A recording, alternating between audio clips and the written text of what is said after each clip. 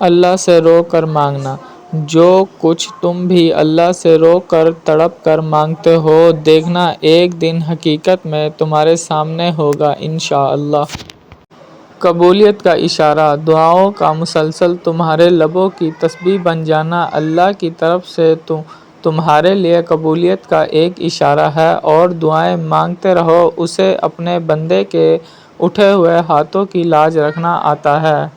صرف میرا اللہ۔ پریشانیاں تو ہزار ہیں لیکن سکون دینے والا صرف میرا اللہ۔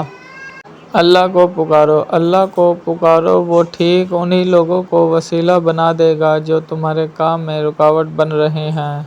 اخلاق وہ موتی ہے جس کی کوئی قیمت نہیں ہوتی مگر اس سے ہر چیز خریدی جا سکتی ہے۔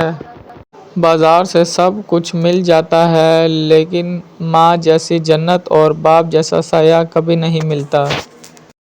باپ، زندگی میں بادشاہی پیسے سے نہیں بلکہ باپ کے سائے سے ملتی ہے۔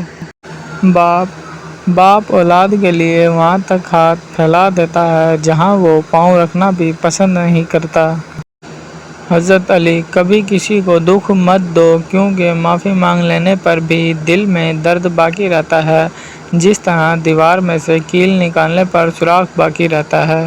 ناراضگی، جب کوئی انسان ناراضگی دور کرنے کے لیے پہل کرتا ہے تو اس کا ہرگز یہ مطلب نہیں کہ وہ غلط تھا بلکہ اس کا مطلب یہ ہے کہ اسے انا سے زیادہ رشتے عزیز ہیں۔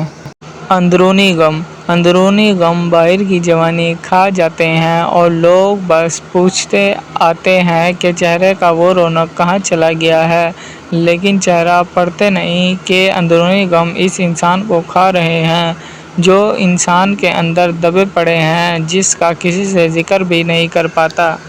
بے سکونی، میں جب بھی پریشان اور بے سکون ہو جاؤں، اللہ پاک کی عبادت کر کے ایسا محسوس ہوتا ہے کہ میرا اللہ مجھ سے ہم کلام ہو کر کہہ رہے ہوں کہ غم نہ کرو، میں ہوں نا۔